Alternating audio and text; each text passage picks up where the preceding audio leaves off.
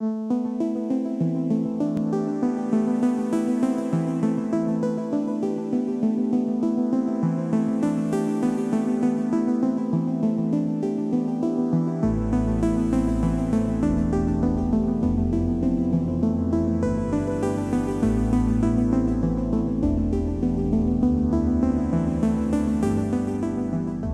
Craven, an established name in horror as both writer and director, a man who has created masterpieces such as A Nightmare on Elm Street, New Nightmare, and The People Under the Stairs, who directed the first 4 Scream films, and so many other fantastic entries in the horror genre. The man was an incredible source of scares and created brand new fears for fans to love. His work can be described with so many positive superlatives, and none of it would be exaggerated in most cases. He was, and still is, one of the most influential masters of horror.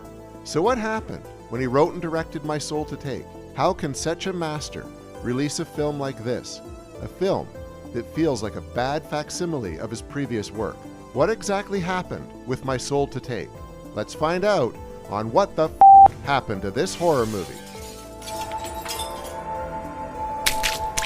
I want to thank you guys for watching What the F Happened to This Horror Movie, and ask that if you enjoy our shows, please subscribe to our channel right now, like this video, and click on the bell so you can be notified each time a new video goes up. And now, back to the show.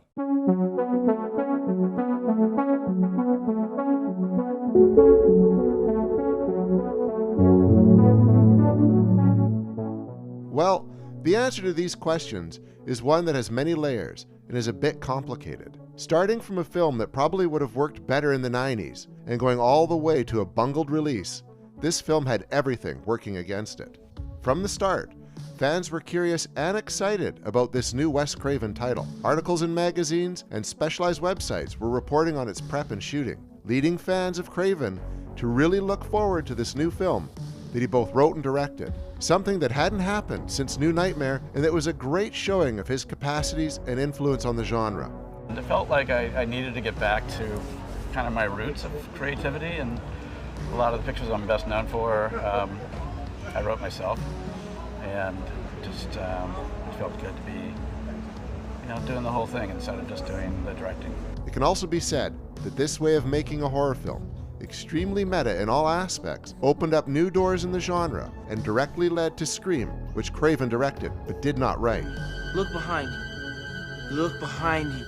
My Soul to Take was getting plenty of press and attention before it was even finished, so it would make sense that it would get a massive opening weekend, but it didn't.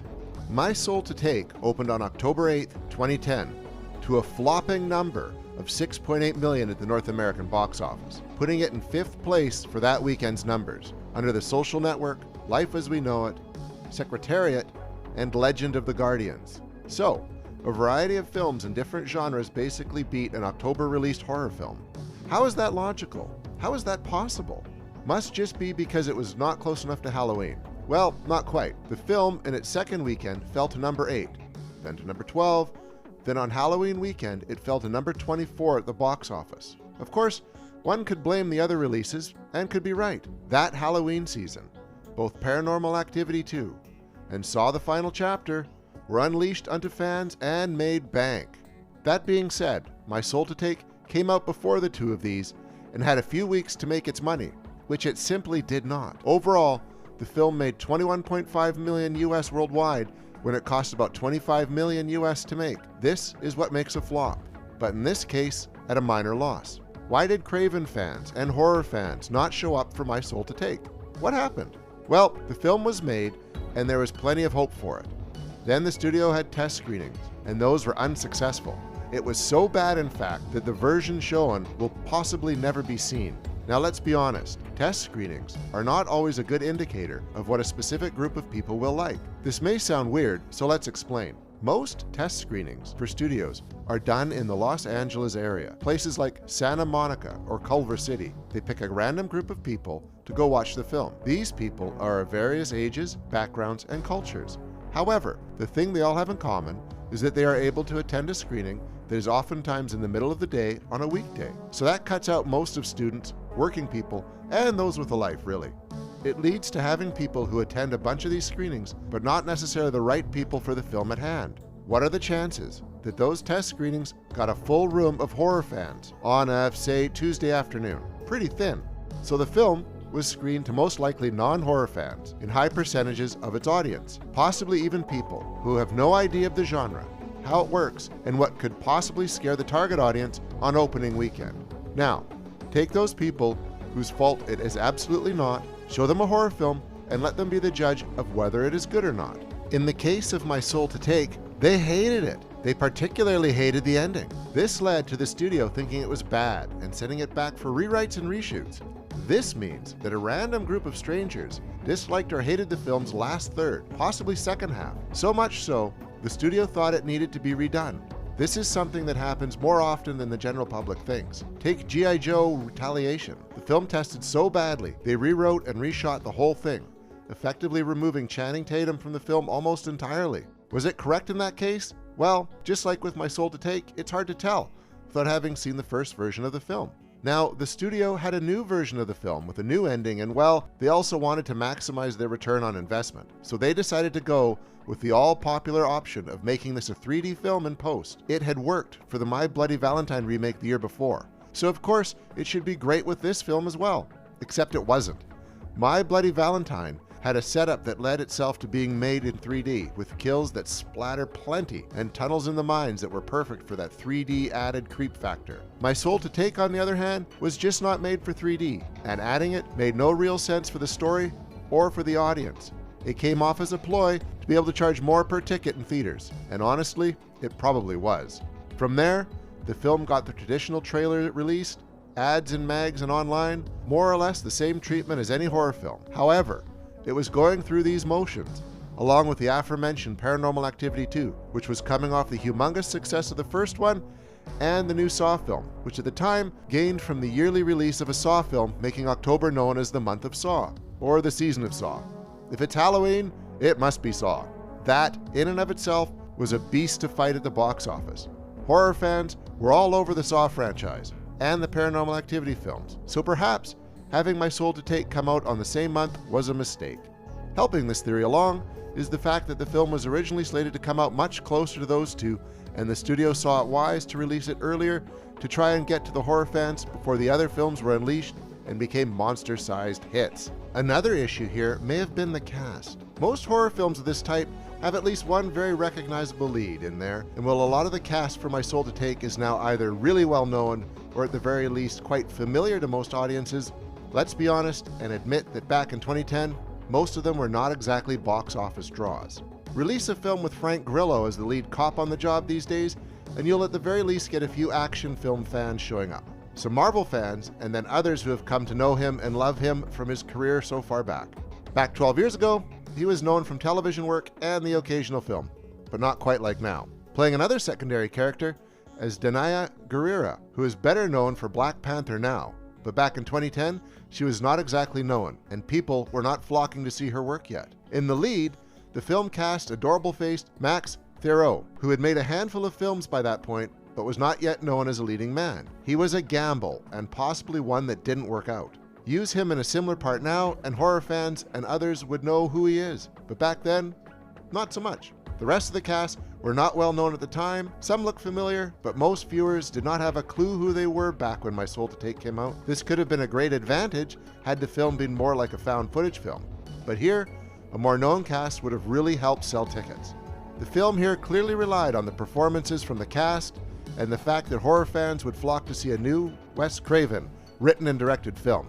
However, that was quite the mistake, and with fairly weak marketing and trailers, the film was not exactly calling to horror fans in any sort of way. Add to that the fact that it had done poorly at test screenings, that it had to be reshot, it left fans wondering if they should just wait for home video.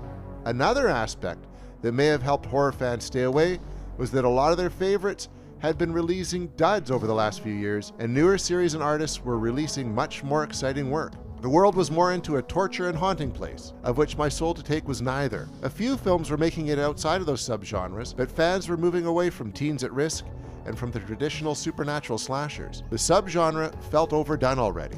Was Wes Craven going to be able to revive a subgenre again like he had done with Scream? Well, Fans didn't seem to think so, and they generally skipped the film with the unappealing trailers, the patchy history, and the studio that clearly didn't believe in it.